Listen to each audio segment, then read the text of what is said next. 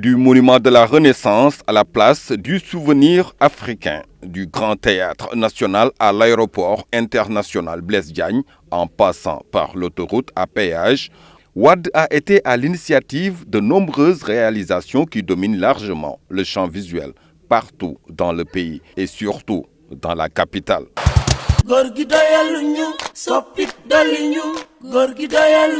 L'ancien chef de l'État aimait le caractère durable de l'architecture et sa façon d'habiller la ville. Avec un goût immodéré du béton, de grands travaux ont jalonné les 12 ans de règne de Wade à la tête du pays. À peine installé à la tête du pays en avril 2000, Abdoulaye Wade annonçait sa volonté de faire du Sénégal un pays émergent, doté d'infrastructures aux standards internationaux. Juillet de la même année, il installait l'Agence nationale pour la promotion des investissements et des grands travaux, APIX, chargée de piloter ces grands chantiers. Lancé en juillet 2005, la construction de l'autoroute à péage Dakar-Diamniadio se poursuit. Les chantiers de l'ANOCI, Agence nationale pour l'organisation de la conférence islamique, ont permis la réalisation de la corniche ouest et réglé en partie le problème de l'encombrement routier. Wade avait affirmé à juste titre que ces réalisations vont s'inscrire dans le temps. Les 7 merveilles, dont le Grand Théâtre National, marquent la vie culturelle du pays, sans parler du musée des civilisations noires, achevé par son successeur. Voulant toujours faire de la culture le moteur du développement, le monument de la Renaissance africaine a été édifié sur l'une des 2 collines volcaniques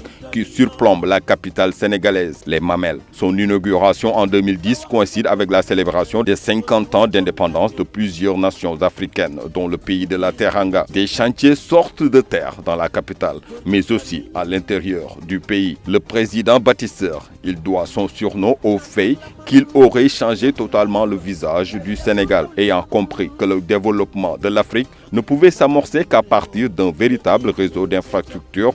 Le président Wade a lancé projets et chantiers de construction, d'embellissement et de rénovation. Son projet de changement, SOPI, tel son slogan de campagne d'opposants.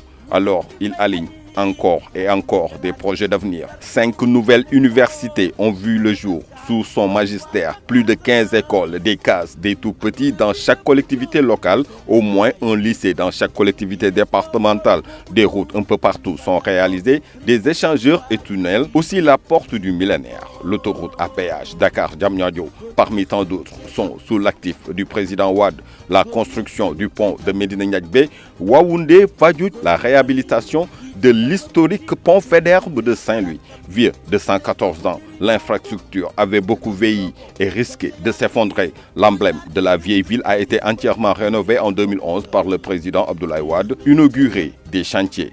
Critère qui va devenir sa marque de fabrique. Wade a aussi lancé le projet de réhabilitation des stades municipaux. Le plan Diarra est fort de plus de 2000 logements sociaux pour y recaser les sinistrés des inondations. Wade serait aussi à l'origine de nombreux autres projets qui sont en train d'être réalisés par son successeur.